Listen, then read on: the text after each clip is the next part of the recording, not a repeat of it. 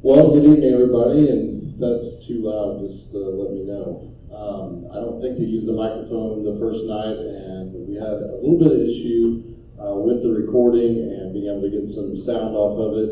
If you've rewatched that, I had to turn my computer up to 100 just to hear what he was saying, so and then turn the speakers up beyond that. So it was a little bit difficult, and we apologize for that, but hopefully tonight we will be able to rectify that by using the microphone. When we get to the Q&A time, I'll probably repeat your question just in case it's not picked up by the microphones of the laptop or of the camera there. And tonight is really kind of a repeat of information that was given to the community on December 14th. As I said, you can go back and you can watch that video as well. Tonight's will be recorded and placed on our website as well. And you can go back and be able to show anybody. I don't know if anybody's going to want to see my face, but maybe some of the things that I'm talking about will be of interest to them. And you can clear up any conversations or questions that they have by going back and showing them just a little bit of the video that we have tonight. And what we're really going to do tonight is we're going to be looking at what really has led us up to this point, and ultimately kind of the point of getting a new building placed on a new site. That's kind of our focus for tonight. There's going to be two other community forums after tonight. Those are going to be on February 2nd and February 23rd. Within those presentations, we're going to bring in our architects, Insight Design, and our architects are really going to kind of focus a little bit more on our facility planning and the strategic planning that got us to this point, and then probably dive just a little bit deeper into the FEMA Safe Room that we'll talk about tonight, as well as some of the other initiatives that are going in kind of around that same time, if we're able to secure the money for that FEMA shelter. And as I said, we'll talk through that tonight. I really want to thank you guys for taking the time to be able to come tonight. I thought Barb was at the first one, but she said she wasn't, so I kind of snuck in late to the first one, to be honest with you. I thought it started at 6:30. I'm glad I was 30 minutes early. I got here about 6:05, I think. But tonight, looks like everybody is new. We do have a sign-up sheet over here, so if you haven't signed up yet, you can sign up on your way out.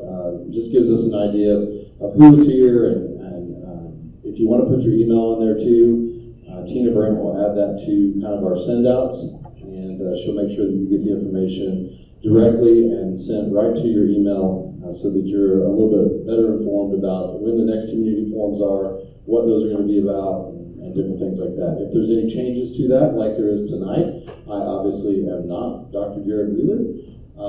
I am Michael Coron. For those of you who don't know, I'm the assistant superintendent here at Mount Rushmore Schools. Dr. Wheeler truly sends his apologies for not being able to be here tonight. He is feeling under the weather. Got some new symptoms today and didn't feel like it was probably wise for him to come in here and kind of cough around all of you guys. So we appreciate him taking the opportunity to kind of stay away at this time, get himself healthy, and then come back to us.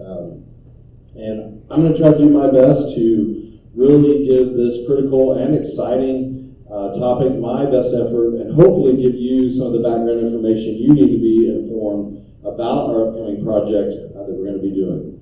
We don't have any board members here tonight. I don't see any of our teachers here tonight either. So I just really want to thank you guys for coming out and spending some time with me here this evening. Actually, we do have one sitting right in front of the mask. You were hidden behind the mask. So we do have one of our great third grade teachers from K&E here. So welcome. And we're glad to see you here. And frankly, I saw you come in with buds, so I don't know why I didn't realize that. But it's great to always have our teachers present. They give a great insight as to kind of the need around some of this when we start to talk to them and we start to kind of see how full our buildings are and the things that are happening within our buildings. So let's get started. As we look at this is really kind of a vision of of a rendering of what a new building may look like. Really, this is just kind of a focal point as to what could possibly be brought to the Knob Noster community. And as this project evolves, you're going to kind of get a better sense of what a true rendering of this will actually look like, and then also a true rendering on the site orientation that we have planned for this. Dr. Wheeler has also embedded a video within this slide, and I will try to play that now.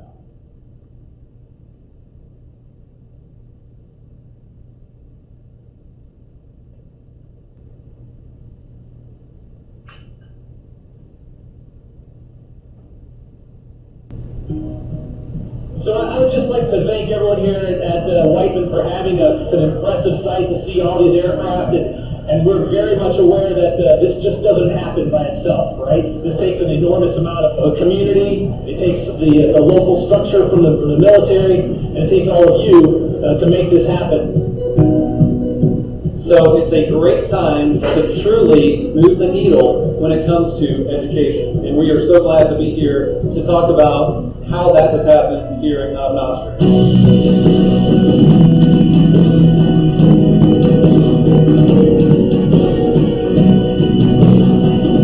You go anywhere in the country to cities the size of Knob Noster, you're going to see significant challenges in education. And what an amazing story this is to see the collaboration that's happening between the base and Knob Noster now. So thanks to everyone that's making that happen, and we look forward to continuing that partnership.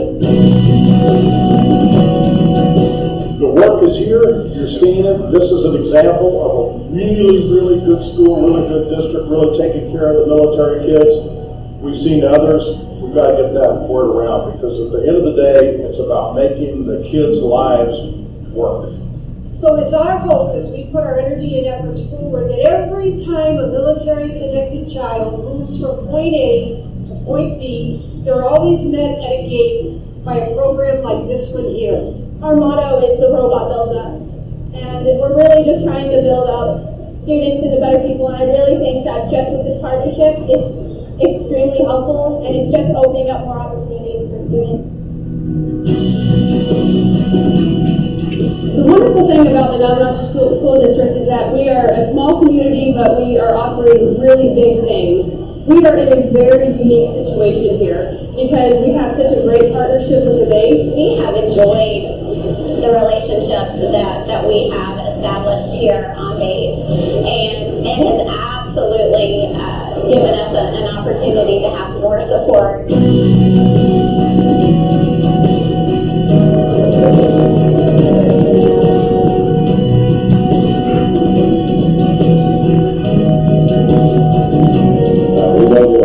Have to be strong, and the way we make our bases strong is to make families successful, and education is at the top of that list.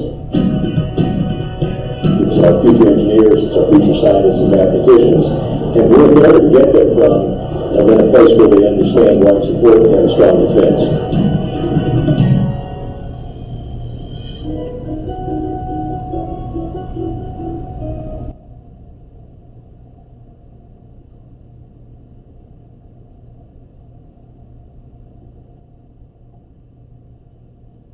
So you saw me there in the background. That's typically where I like to stay, but tonight I'm being thrust out in front of you guys. So here's kind of a look at our agenda and what we're going to talk about tonight. Obviously, you see over there on the right-hand side that we have a really full agenda. I'm going to try to speak to these as much as I possibly can, but also be respectful of your time as well. And I want to be able to give an opportunity for questions and answers at the end, if anybody has any questions that we can throw out there. And if I don't know the answer, I'm just going to be honest with you, and I will tell you that I don't truly know the answer to that, and I will go back and I will actually check with Dr. Wheeler. I may try to get your email or something like that so that we can reach back out to you and make sure that we give you the answer that you deserve on any questions that you have. So that's kind of what we're going to discuss tonight.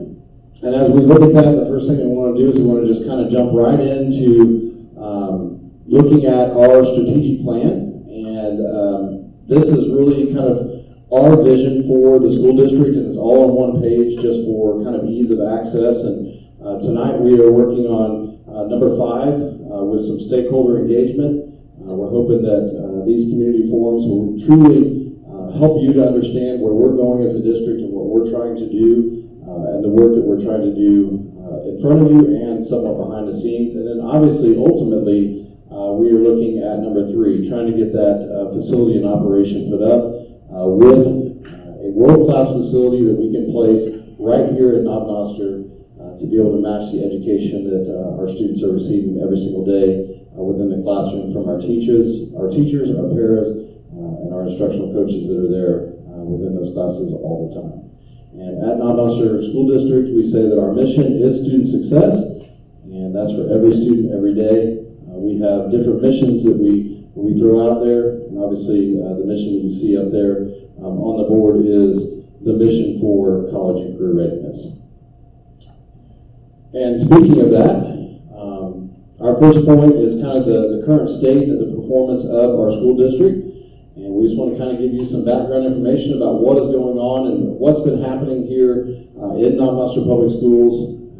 And as you can see up there on the board, we have been touted quite regularly, not only here locally, but also these are very national awards as well. And this is just really kind of showing just our success over the last 3 years and beyond. The last 3 years, Knob-Noster School has been the top school for college and career readiness, marked by U.S. News and World Report. And 2 of those 3 years, we also received the top small school as well. So number 1 rural school, 2 out of 3, we're also the number 1 small school within the state of Missouri. And really, this really shows a great team effort. Once again, we go back to our teachers and what they do in the classroom every single day. It truly is a team effort from our teachers to our paras, to our support staff, to everybody that is in admin and leadership positions. This is just a great effort by a great staff and a great group of people that are putting together a great product for our students. And also, 3 out of the last 5 years, you see there that we've been recognized with that Pete Taylor Award, and that is a National Partnership of Excellence Award due to our strong partnership with Knob-Noster Air Force Base. So truly, that partnership has brought us those awards for Pete Taylor. Our last one coming there in 2021 was actually for a partners program that we put on through our special ed department, where we're sending students out to work on base and get some real life experience within real jobs to hopefully prepare them for their futures. We're very, very proud of that program and what it's doing and what it will continue to do for the future. And then you can see that that partnership of excellence there with Air University. And Air University really has used Knob-Noster Schools as an example of great schools and a partnership associated with Air Force bases. And really what they're kind of trying to do is highlight Knob-Noster schools and hope that other schools will kind of mimic and do some of the things that we are doing as we partner with the base. And then finally down there, the Forbes magazine, they recognize Knob-Noster for their partnership as a model education and academic excellence school. This really came with our partnership with Whiteman Air Force Base on the B-2 part. If you weren't here beforehand, we kind of showed that video before. So that's really where that Forbes article came through, is that B2 part. And then continuing on with our current state, this is just an Air Force study on the quality of education where they ranked Knob-Noster as the #1 school in the U.S. out of 157 installations. Remember, in all of these cases, the partnerships with the base benefits military-connected students as well as our non-military-connected students. Our homegrown students receive so much due to the partnerships that we have with the base. It truly is a great thing for us to have this in our backyard. And our military students, they come and go, but our students and the families they will raise here or close to here are going to reap the benefits for many years to come. And though I didn't have the privilege of growing up here in Knob-Noster, I have grown into this community. And I've actually been in this community since 2007, And I've seen the benefits of this connection. My own son had opportunities that throughout high school I could only dream of having. And it came with the partnerships that we have due to the relationships that we have and the work that we put in with the base. And now he's planning to return to this area as well. He's enjoyed it so much. He wants to have those same experiences throughout his adult life, and hopefully he will find a young lady down in college, and there will be some little Korans running around here as well eventually someday.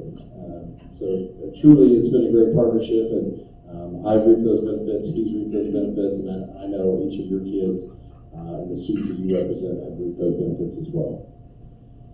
Our second point on the agenda is really the issues that are impacting readiness, and this slide is going to show kind of a shift in the Air Force's thinking more towards quality of life for their airmen, where the quality of education is the top quality for life for military and frankly for us as non-military, some of us, some of you are military, but us as non-military families as well. And here you see Heather Wilson, that's pictured there. She is the twice removed, actually, Secretary of the Air Force. And really, you can kind of see her quote there, that the biggest thing communities can do to support their airmen, or frankly, as we talk about their students or us as parents, is to ensure quality education for their dependents. The focus on education really in the Air Force and the military has grown over the past few years. And Dr. Wheeler talked about on the 14th, he talked about the 2020 NDAA, which is the National Defense Authorization Act. And within that act, they really kind of ordered all branches of the service to do a study very similar to this study, where Don Noster turned out to be the number one out of the 157 Air Force installations. So that's going to go on throughout all bases, all branches of the military coming up, because as their students move from school to school, they want to make sure that they have a quality program just like we have here in Don Noster.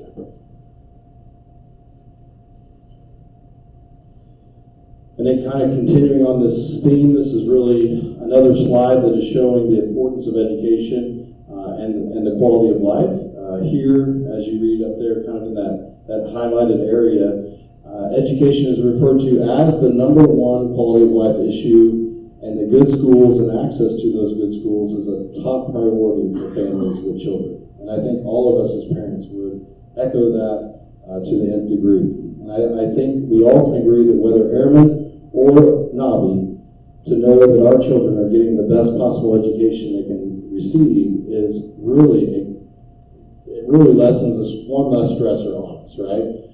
As we think about our kids and the education that they are getting, it's just one less stressor to us as parents. We really want to ensure that not only our non-Noster kids are taken care of, but the airmen, that their kids, when they arrive here, that they are met with a quality of education that's unmatched across the United States. And Christy Ham kind of mentioned that on the video that we showed there on the second slide. And I just echo it. You know, as we talk about that quality of education, it is happening here. And we want it not only to happen here, but also to happen wherever our military students may go. And we just reap the benefits from it all the time. So it's great to see. And like I said, it just so happens that our students benefit from that all throughout their educational careers. They're able to have access to those programs every single day, every single year, some of them pre-K through 12. And then we hope to kind of be an example for others that they can follow, so that as the military makes their many moves throughout the country, and as they serve our country, that they're met with a quality program just like this one all over the world. And then last but not least, we see where some of those partnerships can take us. And this is General Hayden. And General Hayden here, you kind of see that box down there. He just, in this article back in September of 2019, he just basically highlighted the fact of that partnership with Knob-Noster and the base, what can truly happen when we place things into the hands of these very capable students and kids that have great ideas. Fixing that V2 and the issue that was in the cockpit, as they talked about, within 72 hours they had that fixed. Truly an amazing thing for us. That story has gone nationwide. It's gone all over the world. It was mentioned during S2S by Joe Biden to some of our kids. It just truly is a great opportunity for us to be able to highlight the great success that is happening because of partnerships with the military, for our military and our non-military students. I do want to give a big shout out to Team 6424 and the work that they do and continue to do. I actually heard them rocking out up in the bus barn today during practice. I didn't open the door because I thought it might mess up their music, so I didn't want to be that guy. Our third agenda item is kind of the role of Knob-Noster Public Schools in driving community and economic development. And we really thought it was important for us to talk about how our school is going to help the development here in Knob-Noster. And it's very obvious as we look up there and we see those 6 points over there on the side. I'll just kind of be going down that. But it's very obvious that the quality of education has a very significant impact on property values and growth of a community. If you haven't looked at property values, if you haven't looked for a home recently, get on Realtor and see what the home values are here in Knob-Noster. And also read the comments down there because the realtors are very crafty and they understand the success that the schools had on there. And most of them put in there that we are the #1 rural school. And they place it in there, #1 small school. Go see Forbes, go see this article. They're placing that stuff in there. So they're using every opportunity that they can to be able to sell a great product within the school and then hopefully use that to turn some houses as well.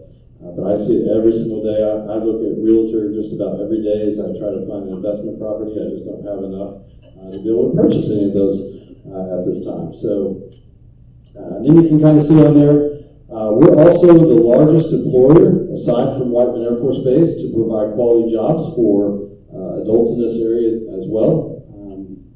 This school is a great school. I took a hiatus for 1 year and I immediately came back.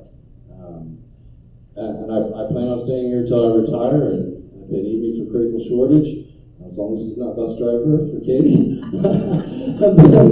then I will be back as well. So I truly love it here. It's a great community. It's a wonderful school. They are doing truly amazing things for kids, and it's exciting to see, and I'm glad to be a part of that. And then Knob-Noster School really is kind of the hub of the community as well when you think about it.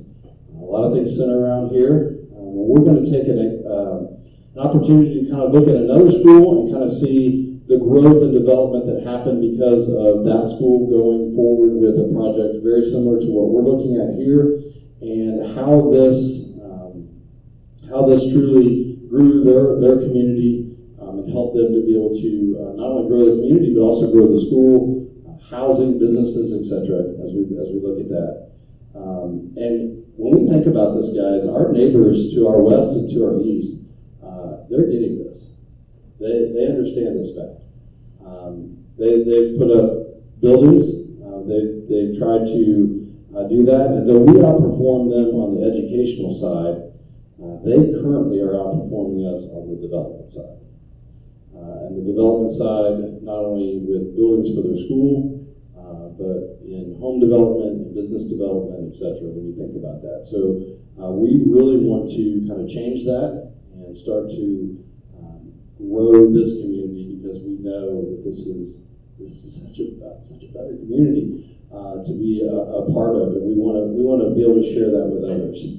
Number 4 has to deal with growth and taxes. And that's probably why most of you have come tonight, is to find out the bottom dollar and where this hits me in my pocketbook. And that's okay. It really is. And we want to be as open and honest with that as we possibly can. With that, I want to talk about the assessed valuation. As that assessed valuation goes up, by law, what truly happens is our tax rate will drop. We'll talk about the Hancock Amendment and what happened when we actually raised the levy, and then it immediately went down. We'll talk about that in just a minute. I do want to reiterate that an increase in taxes is not something that we're looking at here in phase one, which is what we're truly talking about in these first community forums. It's not something that we are looking at this time. As the project continues, obviously this will have to be a topic of discussion, but for all intents and purposes tonight, we can say no new taxes, and we can mean it. We truly can mean it here on phase one. I put that little asterisk on there. On phase one, no new taxes. We've obviously spoke just a little bit about how a new building and strong schools will help increase home values. And then finally, it's our hope that this will drive new businesses in our community, and the building itself will obviously bring some new amenities that people will be able to enjoy, such as the FEMA shelter up north, new facilities to expand youth programs, youth sports programs, and then some possible adult opportunities and many more opportunities beyond that. And back in 2016, Navadasto Public Schools and the school district really kind of helped take some first steps along with the community. Our Board of Education had multiple people on it at that time that kind of helped to spearhead this as well. There were some local business individuals that were on there, and then obviously local businesses as well. Kind of brought this down to the area. And this Main Street program, once again, was brought in about 2016. And it was really initiated at that time to revitalize our downtown area. If you drove through there at that time, there were a lot of empty buildings, buildings that had nothing in there. And during the time between 2016 and now, if you go downtown, it really has changed. It truly has changed. And it's great to see businesses in there. Many new businesses took the place of those empty storefronts. There's one of them pictured right there. Coffee Snobs there is pictured, and truly a great place to go, but we have multiples that we could talk about tonight. So it's great to see those businesses change over and the storefronts added to that piece. And then as we talked about, this is a very specific example of a school district that is very similar to ours. They are tied actually to a base as well. This is the Waynesville School District just south of us. And back in 2003, they built a building. This is the economic growth and the school growth that this building brought to that area. So you can see there that they did that building in 2003. Between 2003 and 2008, they had a 107% increase in their assessed valuation. And they also had a growth boom within the school district. You can see over there right in the middle that in 2005 they had 21%, then 13%, then 23%. So that's a great growth for them to be able to see coming into their buildings. And we will talk about kind of the impact of that with Impact Aid and some of the students that are coming in due to that as well. And in 2021, all the way down there at the bottom, it's probably difficult for you guys to see. But their bottom line, their assessed valuation grew to, I think it's 212.51, so about 213%. As you can kind of see, that's what their assessed valuation grew. So really, what this slide is showing is the bottom line is that there's a strong correlation between the growth and success of a school and the growth and success of a community. And truly, that's what we're looking to do as we look to build this facility. We're also looking to build a community and to advance the community as much as we can. We're looking for that growth in our community, and as we grow, we hope to see the community grow tremendously as a result of that. The fourth agenda item that we want to look at tonight is basically the why. Why do we need this new school? And that may be on some of your minds as well. Some of you may have graduated from Navadasto. You may think it was good enough for me. Why isn't it good enough for my grandkids? That's probably your answer right there. But as we kind of look at this and the why of the building project, in 2013, we kind of had community input that came in. We were talking to the community about some of the facility needs and some of the things that came out of that. was a need for a preschool and a need for a new performing arts center. And that's really kind of what stuck out in those conversations back in 2013. And at the time, we had about 1,400 students that were coming to school there. And now we kind of have 33% more of that. We have 1,900 students now, which most of that comes with a new preschool that we stood up during this time. Actually, it was during COVID. We stood that up. So in 2020, it truly is a great program and a phenomenal program. We'll talk about it just in a little bit. But that really was kind of set up in response to that stakeholder input. We don't have a PAC yet, but we'll get to that in some of our discussions here as well. And then in 2016, Inside Design came in and did a facility assessment for us to be able to look at our facilities, look at kind of the capacity of our facilities, give us some needs that we have in our facilities, and some things that needed to be kind of addressed before other things that could happen. So that came in 2016. And as we have a teacher here, if you speak with one of our teachers, they can tell you how close to capacity we truly are within not only our buildings, but also in their classrooms. And so they really can give you an idea of what that growth has been since 2013. And remember, with that, we've had that growth of about 500 students. And really kind of close to half of those have come through the preschool. And those preschool students, they occupy 4 classrooms, they occupy a conference room, and an office. So bringing in that preschool, as great as that program is, it added to the issue of space. And now we really don't have space to advance that program, even though we do have the students to be able to advance that program. It's hard to turn away a 3-year-old or a 4-year-old. It's very, very difficult to put them on a waiting list and to not be able to give them the space that they truly need. This program could continue to grow, but currently space is just a tremendous issue. That is all out on Whiteman Air Force Base. We would love to be able to bring some of that into town as well, to be able to aid just kind of with transportation and different things like that. The state also has, the state and the federal government have monies that are kind of tied to preschool at this time and are going to only increase as we look into the future. And we really want to take an opportunity to take advantage of those monies and to be able to bring some of that money back into here. And then as educators, we know that the biggest bang for your buck is there. It is in preschool. It's before these kids get into schools to give them that jump start on education. We know that's truly where our return on investment is impacted the most, and is in those preschool. And then of that, one of our 3 preschool offerings is really helping to pay for itself, because even though it's a free program, those students are tied to Impact Aid, as we talked about that beforehand. So those students bring in extra monies for us for Impact Aid. So that program is nearly sustaining itself at this time. It just is space that we are needing at this time. And then as you sit here in our middle school, and if you were to come here during the day and kind of walk the facilities, you're going to see a great need for activity and athletic space. And then also, if you talk to our teachers, you'll see a great need for some educational space.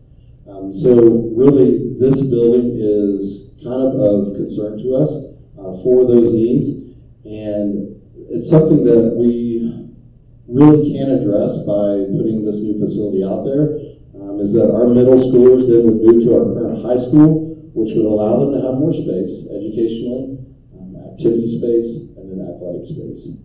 And really, as we kind of look at other middle schools, we need to give our middle schoolers that opportunity as well. Give them an opportunity to have that individual space to be able to grow, to do their very best. And then at the high school, our current career education programs, obviously as you saw in there, they've done extremely well. They're knocking it out of the park. Number 1 rural school for college and career readiness the last 3 years by U.S. News and World Reports. That's our JROTC, that's our robotics, that's our PLTW. We are seeing great growth in all of these programs across the board. We talked about 6424 and the national exposure that they've given to us, but our JROTC program is doing exactly the same thing. They're really knocking it out of the park as well. And we also know that the students that are involved in that, it truly gives us great return on investment with those students, because over half of those kids go into some type of field that deals with robotics, deals with engineering, deals with JROTC, deals with something with PLTW. So it's not time where those students are in a class and trying to blow things off. They truly are learning for their future and what they're going to do in their future. And we love to see that, and we hope that those students succeed beyond our expectation. And then finally, our need for athletics. Honestly, guys, it's pretty extreme. It really is. And I was a coach in this district. I punched that gym floor multiple times. It's hard as a rock. I can guarantee you that. Our stadium out there, it really has some usability and safety needs that need to be addressed. And as we go out there and we kind of look at that stadium and we see what's around there, honestly, it's a full rebuild. When we start to think about the bleachers, we start to think about replacing the turf and a 7-lane track instead of an 8-lane track. It's a full rebuild. So we start to think about that and putting money into that could go to a new facility. It truly is something that we've been talking about. And then gym space is a premium. If you have kids that are in athletics, you know this. Kids are practicing before school all the way up until 5:30 in the morning. KDC's 5:30 in the morning out at the bus barn. I don't. At least I hope not to. But that's pretty rough on a kid coming into practice that early in the morning, right before school. Other kids are staying late after 7 o'clock. They're not starting their practice until like 7 o'clock. That's after another practice is already completed for them to be able to jump into. That's the case for nearly all of our youth sports because they have to wait for either our middle school or our high school to be able to close down their practices before they even step on the court. And I know as a youth basketball coach here in the community, there were times where I had a 9 o'clock practice. And that practice didn't end until 10 or 10:30. And that was for 4th and 5th grade boys. That's pretty late. 10:30 at night for 4th and 5th grade, and then them getting up the next day and going into school and trying to perform their best in school and different things like that. Gym space is obviously a great need here. Our youth need this. Our current students need this. And then we've added a lot of additional programs as well. We've added soccer, we've added cross country, we added a shooting club, we brought back golf, and all of these things do is they just compound that and they add to the issue, right? Because everybody's wanting a little piece of that pie. So they just add to that issue. Not to mention, we also have needs for our JROTC program because they require gymnasium space for drill practice, for marksmanship, for Raiders practice, because honestly, they deserve it as well. They're doing great things, and those kids deserve a place that they can call their home to be able to do their practices. And then robotics, our robotics program, we're seeing them grow and grow and grow. We're seeing the success that they bring. Currently, they've taken over part of our bus barn, and frankly, they're probably about to bust at the seams there. I've been there to a competition on a Saturday at the Hangar Games, and I quickly left. It was so packed. It truly was packed. In fact, our teacher here tonight wasn't even inside as she ran the concession stand. She was right outside the door, and it was freezing outside. So just space is obviously an issue with all of those. All of these activities take time, they take space, and they're stealing from each other. And it really causes a balancing act with the space that's available. We've mentioned youth sports off of this, and then what we want to talk about is what will happen not too long ago. Just to our east, we all understand the need for storm shelters. We understand that need greatly with what happened. I remember my son calling me when that tornado came through, and he said he was down in his dorm, and he said they just put us down in the basement. And I was thankful that he was down in the basement. I was also thankful that it was 50 miles south of him and not even close to him. So we understand that need for the storm shelter, and truly it is a great need. And then so what are some of the components of what we're trying to do with this Innovation Campus? And really we're looking for kind of new things. We're looking for new STEM-related things, not your typical things that go on at the Warrensburg Area Career Center, but more of a STEM focus that meets the needs of this area and the jobs that are available right here in Knob-Noster and right here in our backyard. We're looking for support for the B-21, for the F-35 that we know are coming. They're going to bed down right here in Knob-Noster. It eventually will happen.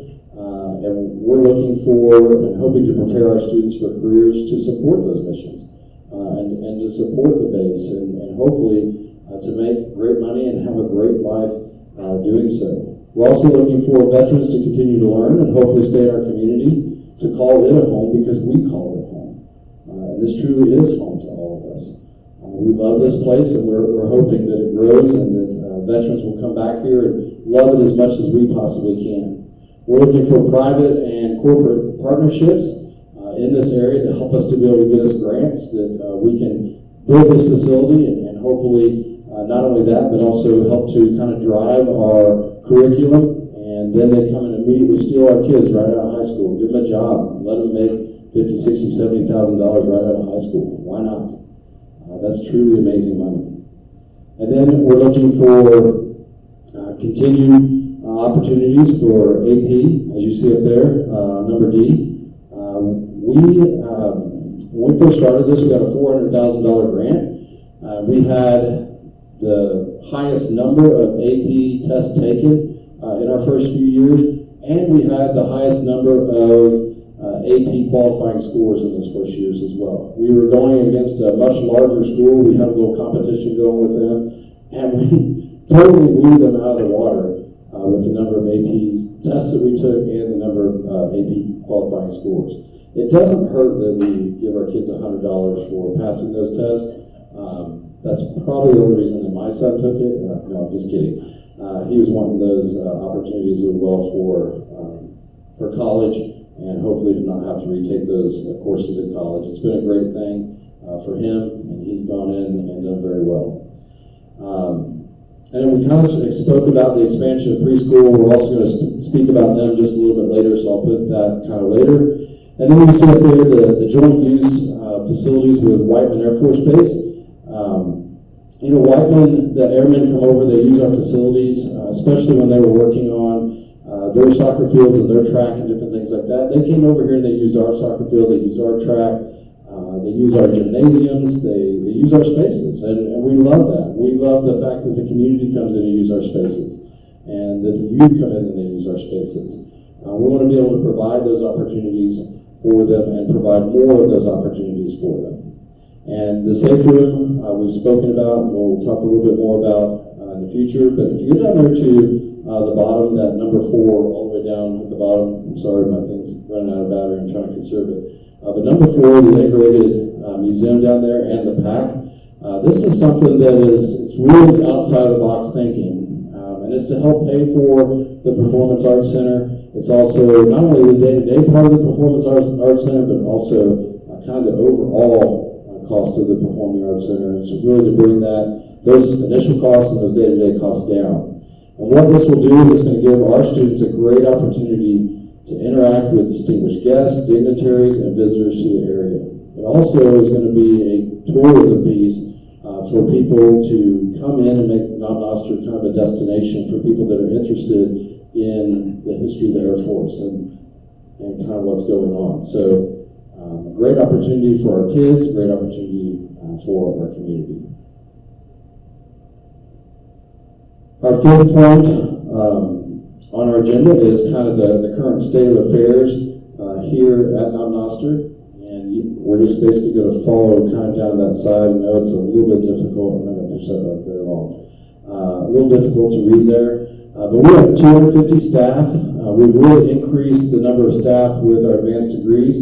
I really want to give a shout out to our Board of Education with what they've done to be able to kind of monetarily help our staff that are getting those advanced degrees.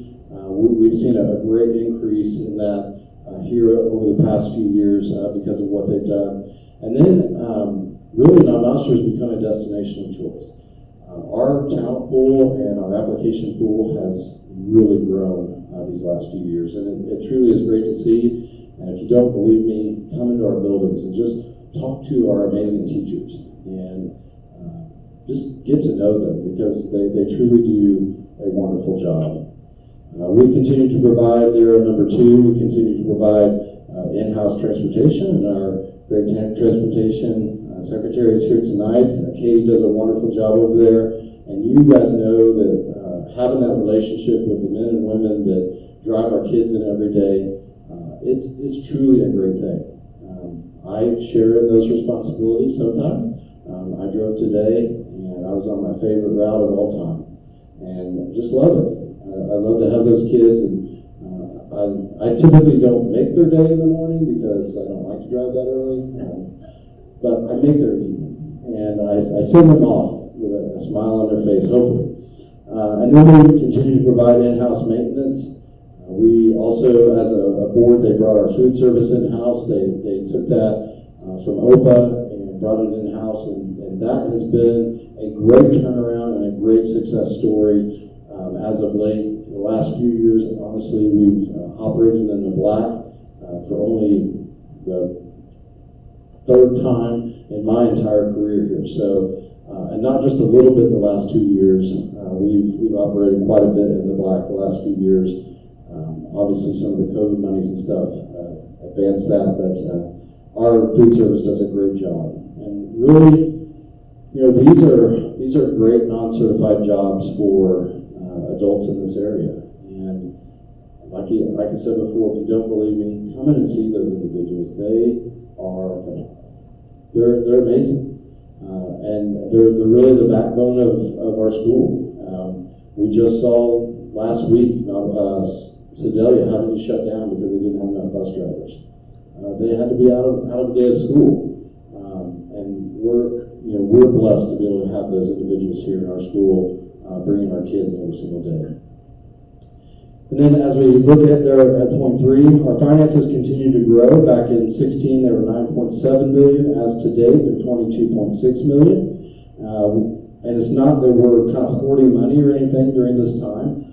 Within that time, we've replaced our buses. We went 1-to-1 district-wide. That's pre-K with their little iPads all the way up to 12th grade.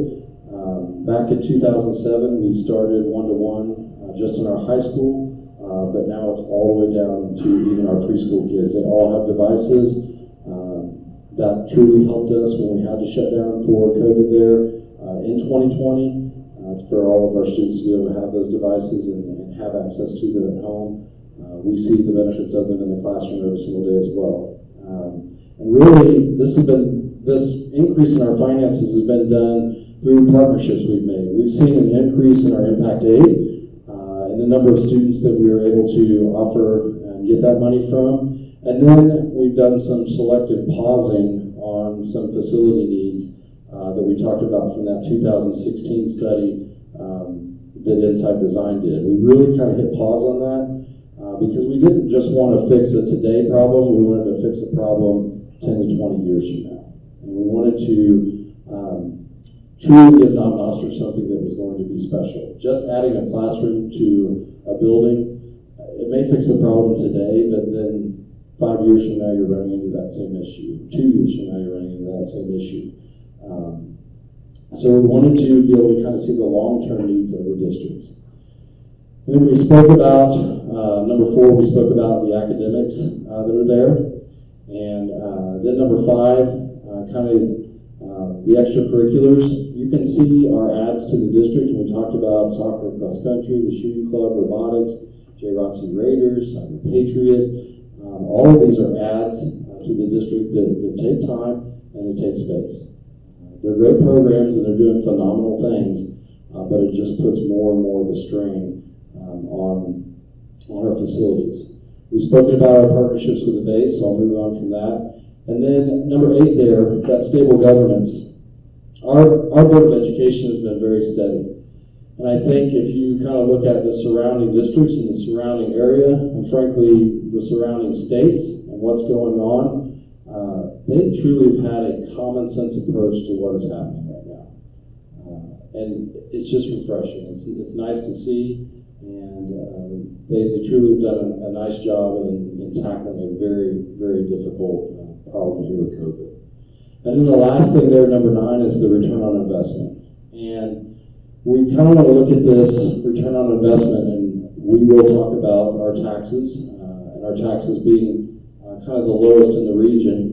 And it truly is amazing what is being able to be accomplished here at Mount Usher Schools. Once again, in phase 1, I want to repeat, there will be no new taxes, right? We can have everybody say it all together. There's no new taxes. We're not looking at a tax increase for that phase 1. But honestly, discussions will have to occur in the future to continue to benefit from Impact Aid, as we have a threshold that we have to meet as a district to be able to keep that program. And I'm going to show you, I think on the next slide, or later on, it won't be the next slide, it's going to be later on in the presentation, I'm going to show you exactly what Impact Aid does for us. So it's truly important for us to keep that program.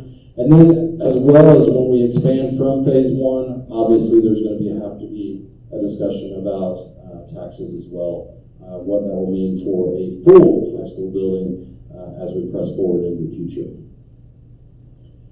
Kind of continuing through this, you kind of see the partnerships and the initiatives that we have. Over here on this left-hand side, you can see the grants that we've brought in. The first one is that $400,000 that we talked about with AP, and then our other grants as we go through there. Those are DODEA grants that we have benefited from. And once again, these programs are filled with military and non-military students. All of our students benefit from all of these grants and all of the partnerships that we have within those grants.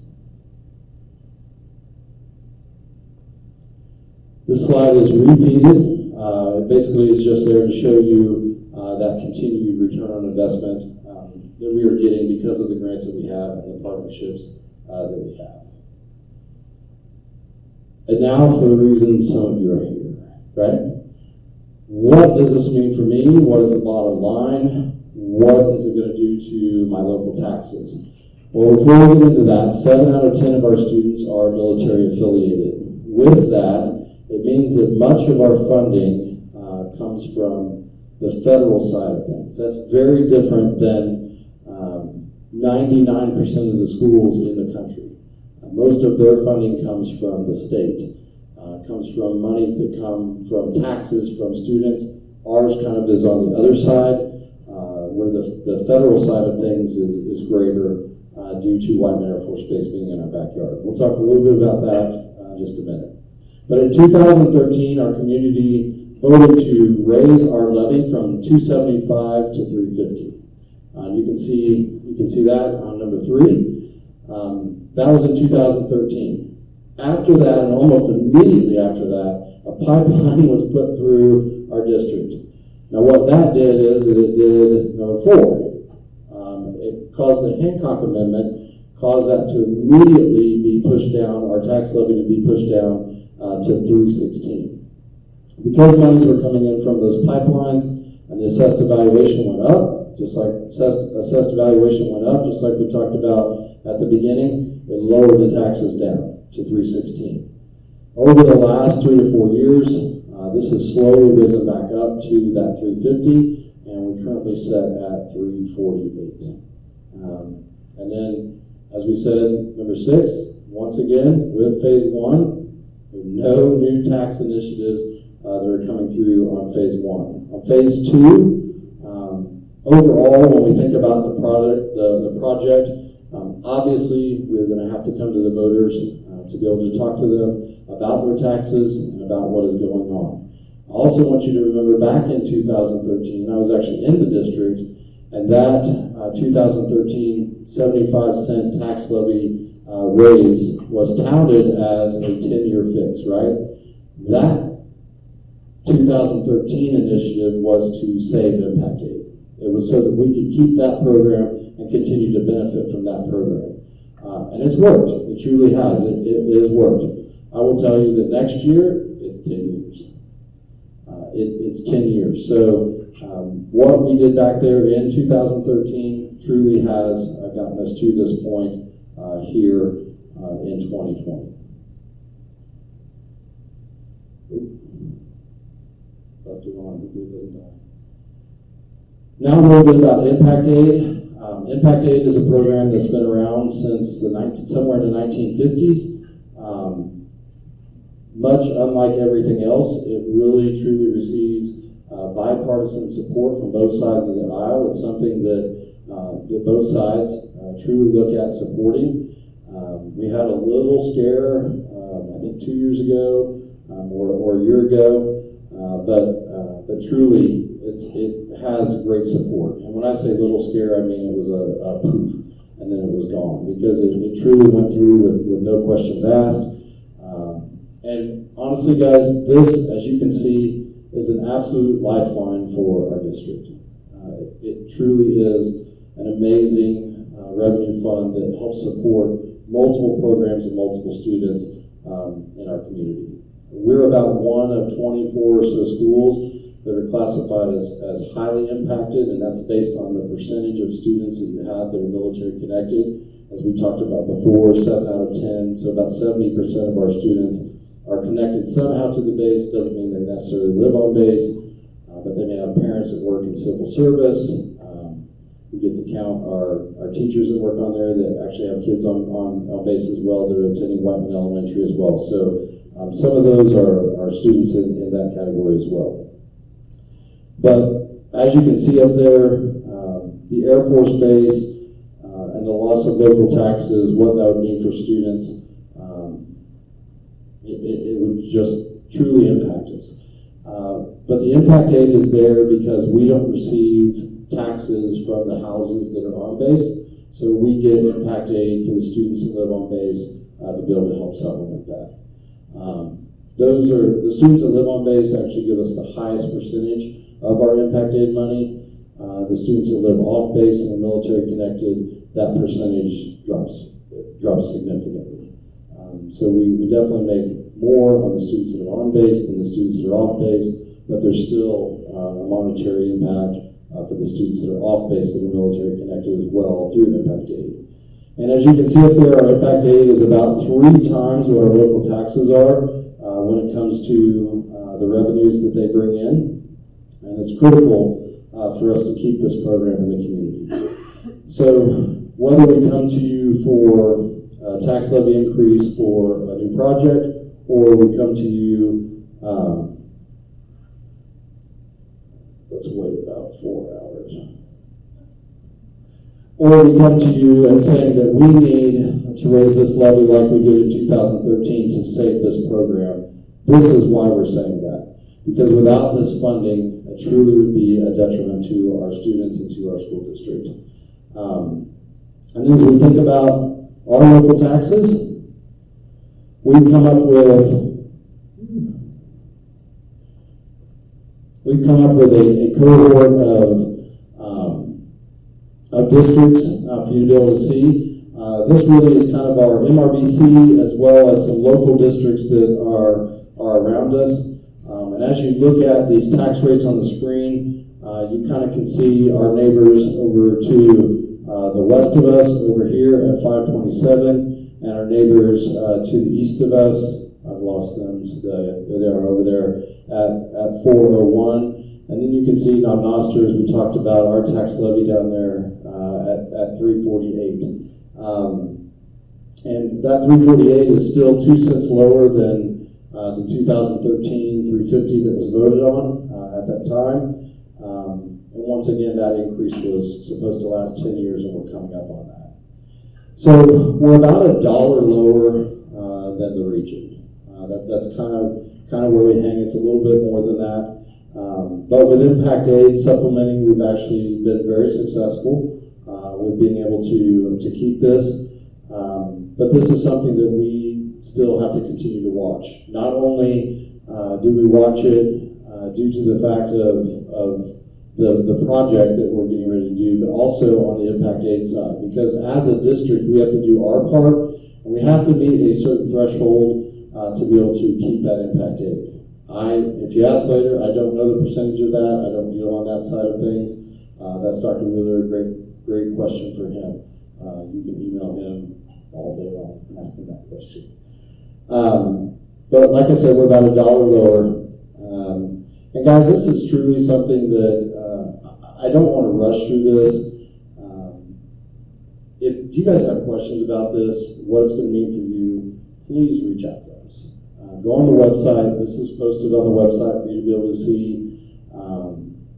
Go ask us. Come in and ask us. What does this mean for my bottom dollar? What does it mean for my bottom line? And we'll sit down and talk with you. We don't have anything to hide with this. We just want to be able to show this to everyone. So as we consider a ballot initiative for way in the future, not for phase 1, no new taxes for phase 1, this is kind of where we would be. If we would be at that median average, we would produce about $1 million in revenues a year. So think about what the district could do with $1 million extra dollars a year, and what that would mean for a building project, what that would mean educationally for our students. That's what we're looking at when we start to talk about that. You kind of see over there on the side, I love to break it down in every cent. Each cent of additional tax levy produces about $7,100. Honestly, what that is, that's about what the state pays us for each student. So it takes about probably a little less than 2 cents for us to educate each of our students here in non-master for that tax levy. So that's what this generates. That's what this means to us as we talk about this. If we were to go up that dollar once again, it would mean $1 million, and that would be just a gigantic supplement to our funding overall. Now for kind of the seventh thing on the list there, it's just an overview of what is called the DSIP. And DSIP is a program that honestly we are able to access and advocate through agencies that Dr. Wheeler is a part of. He's a part of boards and councils that kind of deal with this DSIP funding, the DSIP monies. And it's because of the relationship that he's built within those boards and communities and councils that we even have an opportunity to go for this. So truly he should be commended for his work with that and what he did for that. In 2019, we went after one of these.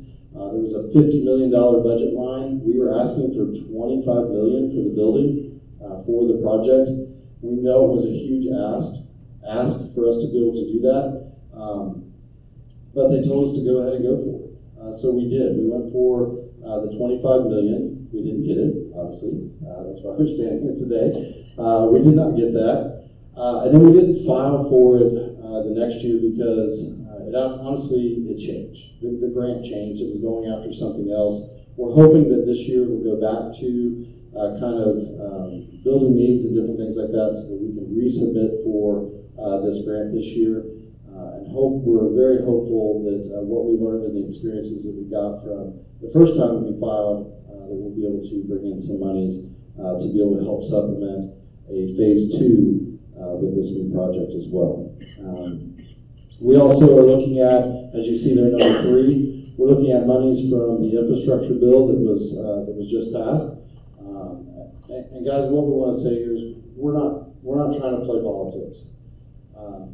We don't care where the money comes from. We just want to get it for our kids. And we want to give them the best opportunity that they possibly can have. And if monies are out there, we're going to go after them. And we're going to try to secure them for our students and for the betterment of this community. And as we talk about DSIP, it's kind of changed all over the board. And I don't deal with this, Dr. Wheeler does, so it doesn't matter to me what acronym they call it. But now it's kind of under this grouping over here on the right-hand side, the old CC, which I don't know why they came up with that acronym, but I guess they're old community members or something like that. But it's the Office of Local Defense Community Cooperation, and that's kind of who we're going to be working with.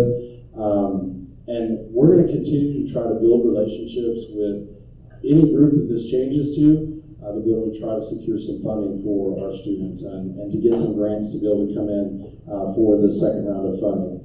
And honestly, guys, Dr. Wheeler spends much of his time outside of school working on this. He goes and he works with them. He goes to those councils. He goes to those board meetings. He goes and meets with individuals.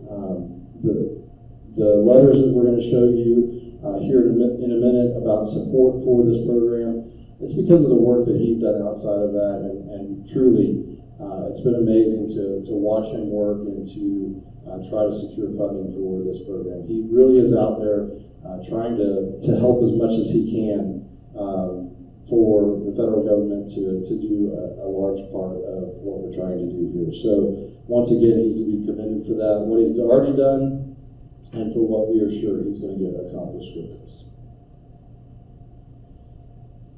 And then as we look at that, we kind of see the proposals and the endorsements that we have received from this.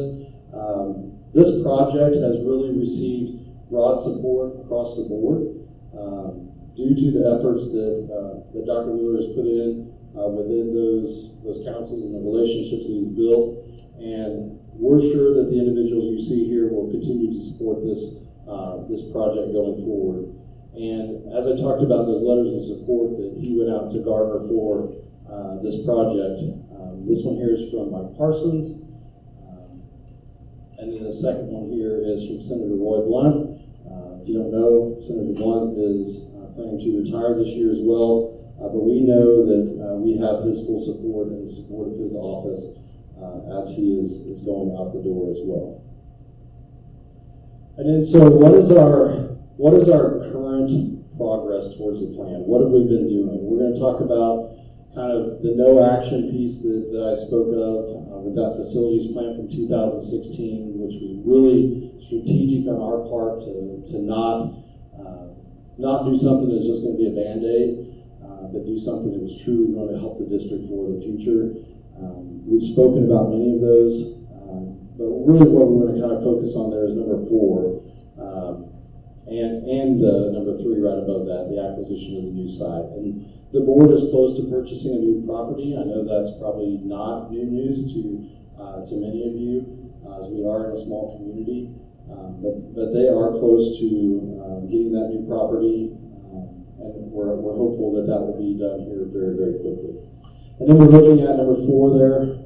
We're looking at a $4.5 million SEMA grant. As we said, we're out beating the bushes, trying to find any money that we possibly can. We actually wrote for this to go on the current high school footprint. That did not make. And so we rewrote for this SEMA grant for this one, and we're very hopeful that we'll be able to get it for this project. And then we'll continue to speak about our preschool and how we can expand its offering as well, and then the grants that we have on there. So this slide really kind of shows the 6 points of what we're trying to do here. These are the 6 primary components of this new innovation campus. And you see there that obviously the new campus is kind of the keystone of this project, right? That's what we're all trying to push for.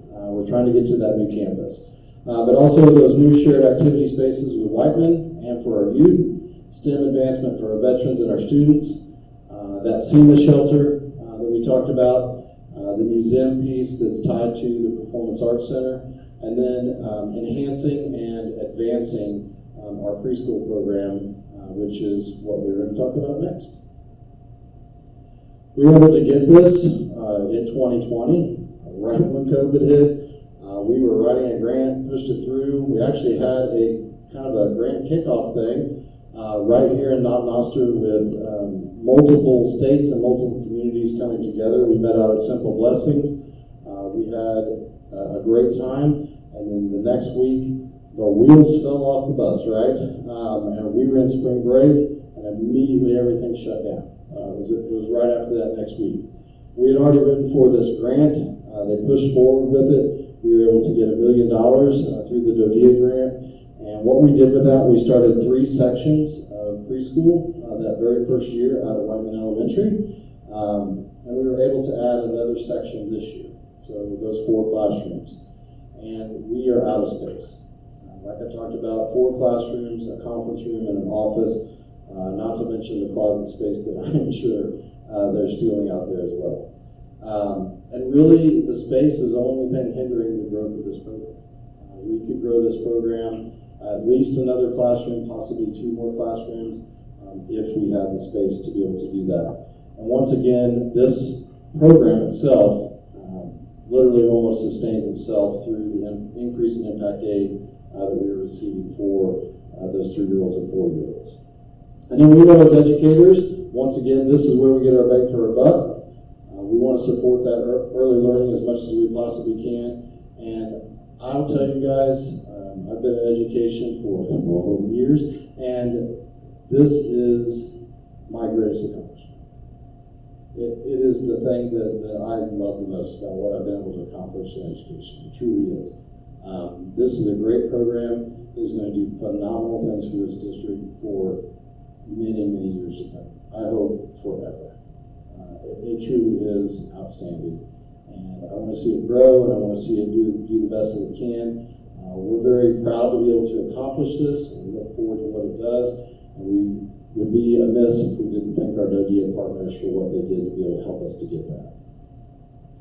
The next thing is that $4.5 million SEMA grant for the FEMA building. I know it sounds weird, but this is for the shelter, and we have gone out and kind of talking about this process. Basically, you submit a notice of intent that you're going to apply for this. If they accept your notice of intent, then you fill out an application and you go for this money, and then the next thing they do is they set the money aside to support that and to fund that, and then you're on your way and you're supposed to build it. So honestly, over the next 8 to 10 months, we're going to be finishing this application and going after this grant and hopefully securing those funds. And then truly it's a quick turnaround.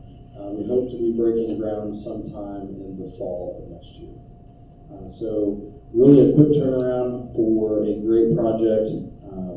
And it is part of a gymnasium. Our Insight Design guys will come in and they will talk to you about this. It's going to be a collegiate-style gymnasium right here in Non-Noster, a beautiful dome that you can go in, and it's going to be great. It's going to be world-class for our kids to be able to enjoy and our community to be able to enjoy. And then, so where's this going? The site orientation, probably no surprise to everybody. I kind of cringe when Dr. Wheeler put this up there, but we've talked about it in our board meetings in open session too, so there it is. You can see it. But this site orientation is where it's proposed to be, up there near our baseball and softball complex, and we are in negotiations to purchase this even as I speak. And then this is kind of a layout of what it looks like. You can kind of see the lines, and then you see this little cutout right here. That cutout is the MoDOT property. That MoDOT property has been a topic of discussion within our board meetings for us to be able to try to go after this piece as well, so that we have basically all of that as we go through there. And, you know, once again, Dr. Wheeler has really kind of hit the pavement. He's gone after this, and I truly think that he's going to be able to get this done and to give us a great facility and a great looking place out there as well. So if we go back to the kind of the last thing, and we go back to this slide as we talk about the 6 things, or frankly this slide as we talk about the 6 things that we're doing. We have the site, right? We have that site orientation. We have the dollars coming in for the storm shelter through the SEMA grant, $4.5 million. We have the preschool. It's up and running. It's obviously in its 2nd year, doing well, already expanded once. We just have the hindrance of space to be able to expand it more. So really what that leaves us is, it leaves us the high school building and the shared facilities. And when we think about that, we think about phase 1 and what that's going to bring us. And remember, phase 1, no new taxes, right? That's the best part about it. And this phase 1, we're really going to kind of go a little bit deeper into that in the community forums 3 and 4. They will repeat themselves as well. So those are on February 2nd and February 23rd. So if you can't make one of them, try to make the other. Just like this, it's going to be very similar information. Our architects will be down. They're going to be laying things out for you, probably literally laying things out for you and showing you some of the designs and different things like that for you to be able to look at. I don't know, it's a surprise to me too. They haven't sent me anything. Dr. Wheeler, I'm sure he knows. He just hasn't shared it with me. So, but then we look forward to continued progress towards our goals and gaining ground on that grant. We hope to be able to submit for that and to be able to get that for the support of Phase 2. And when you come on February 2nd or February 23rd, you're going to see Phase 1 is very heavy on kind of the athletic side, which sounds very odd. If you've ever run track, you would understand what I'm saying there. But that would say a 7-lane track, and we would just replace the turf. That was it. So then there would be a new stadium that would be built on that new property as part of that building. So all of that would be going on at the same time. And an added facility on there for activity space that would take care of wrestling, that would take care of JROTC. Not only that, there would be some additional buildings and things like that for locker rooms. I didn't even put on there, we added girls wrestling, which has done a tremendous job. We will probably have multiple state qualifiers, hopefully some state champions this year. But girls wrestling too, we currently are struggling trying to find them a locker room. So this would add some locker room space, it would add frankly some storage space that's much needed, been needed since you were here, Leon. That's that storage space, and so it would add some of that as well. Great question. Yes, sir. Has the school district been in communication? I mean, on one hand, it's the MoDOT that's right there, so maybe this is a convenient thing to ask, but being at the highway there, what does that look like as far as turn lanes and the future of that stretch of 23, I guess I should say? That is a great question. So the question is, basically, have we been in contact with MoDOT, with the state, about turning lanes and different things that are going on here on 23? And I will tell you, I don't know the answer to that. I do know that we have been in contact with them, but I don't know where that contact has gone.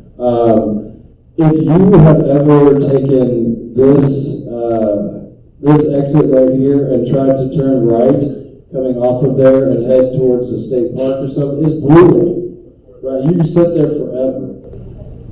It's time for a light, right? They just put a light in, just get it over with, even if it blinks or whatever, just put a light in there. That's a great question. I don't know where that is at, and I will make sure that that is a part of our next community forum. I will definitely get that answer for you. Is there city limits there? Yes. So our city limit ends somewhere right around in here. There's actually a property that's over here on the other side that's outside of the city limits. That's kind of contiguous with this, but this is within the city limits. The bus farms and maintenance buildings? So the question is, will we move the bus barn and maintenance facilities out there? I'm not sure on the bus barns. If we're able to acquire MoDOT, there's a great building that is right here. And I actually forget the square footage on that. But it's a tremendous building. It's a red iron building, so it's probably going to be there well beyond the time I'm here. I guarantee that. But it's a great building. There's also some other maintenance sheds and things that are there. The district bought this property here, was under foreclosure. The district was able to secure that to kind of not make another little cutout here. So I would say that maintenance probably, the buses probably not. But that is something that we are looking at, basically, with our buses being too long for where they currently are. And frankly, as a driver, I'd love to drive in and drive out. You know, I'd love to have doors on both sides. It would be great. How about wider doors? Water bills would be great, because I know someone that's knocked a camera off of one of those buses. I know several. Yeah. Well, this person is very personal to me. Any other questions? Guys, this is truly great. It's great engagement. I want to be respectful of your time. We've got about 5 more minutes. If anybody has any questions, if you don't want to ask your question in front of everybody and you want to secretly sneak up and ask me afterwards, that's fine too. We definitely want to be able to talk to you, get this information out there, let all of our stakeholders know exactly what we're doing and what we're trying to do. As truly, this will be an amazing thing for this community. It's going to bring so much to the community and truly help the community. We really hope that it's going to spur some housing development in the community, and we're starting to see some of that, but we just need a developer to see that every house that goes on the market here sells like in 1 or 2 days. It's truly amazing. And frankly, they're high, but they still sell. Barb, did you have a question? So that assumes that kids and teachers in the event of a shooting or something. Yeah. So the question is the FEMA Safe Room, is that for the students and the teachers, for kind of active shooters and different things like that? And the answer to that is no. The FEMA Safe Room is really it's a storm shelter for the community. So individuals like me, I don't have a basement. My wife will go jump in the tub or different things like that. I think that's weird, so I don't do it. Plus, it's made out of fiberglass. I don't know how it's going to protect them. But it truly is for individuals that need a safe space to go, that don't have that safe space. We have multiple people in our community that are in that situation. And heaven forbid something like what just happened that came through Arkansas and went up into, that was a long tornado. It went on forever. Hopefully we never have to use it, but it's there for me. So what is that time schedule for like the new high school? Will our grandkids be able to use the new high school? So the time schedule for the new high school. I will tell you, phase 1 will be fairly quick. That as soon as we get the application in and we know that 4.5 million is there for the SEMA shelter, we'll probably be out there with the golden shovels and the big giant shears and stuff like that, trying to get some things done. That groundbreaking is planned possibly for next fall, next winter, somewhere around in there. And then that would be contiguous with the new stadium that would be going in at the same time.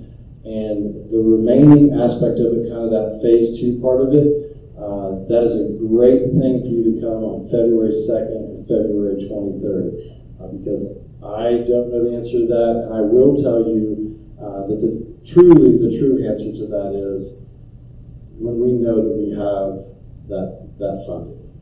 We don't want to overburden the local taxpayers, so we're going to go out and try to secure those grants.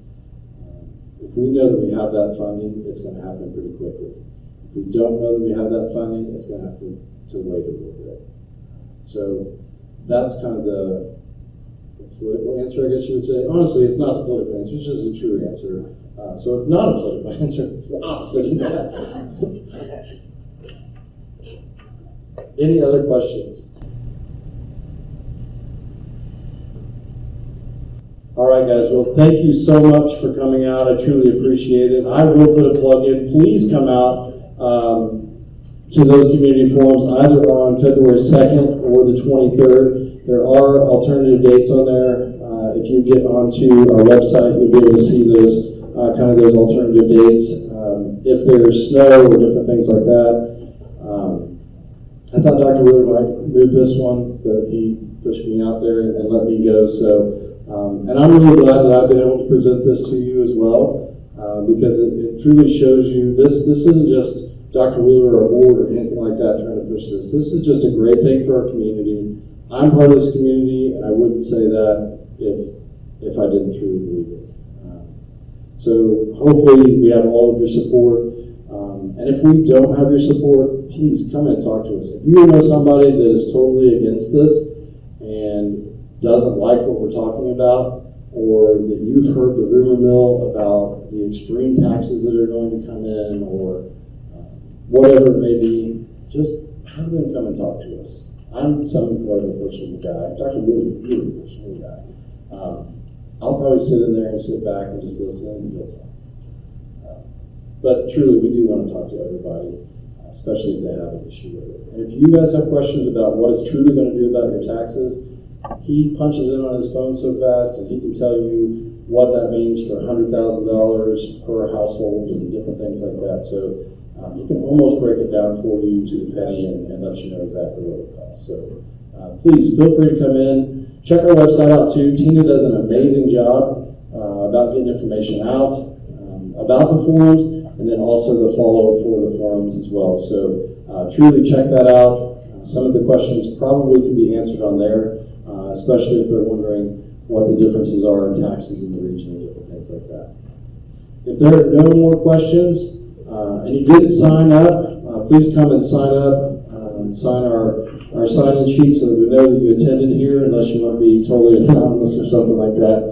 If you want to put your email on there too, Tina will reach out to you directly and get you some of this information before it even hits this forum. So thank you guys once again. Truly appreciate you, and love no master. See you guys.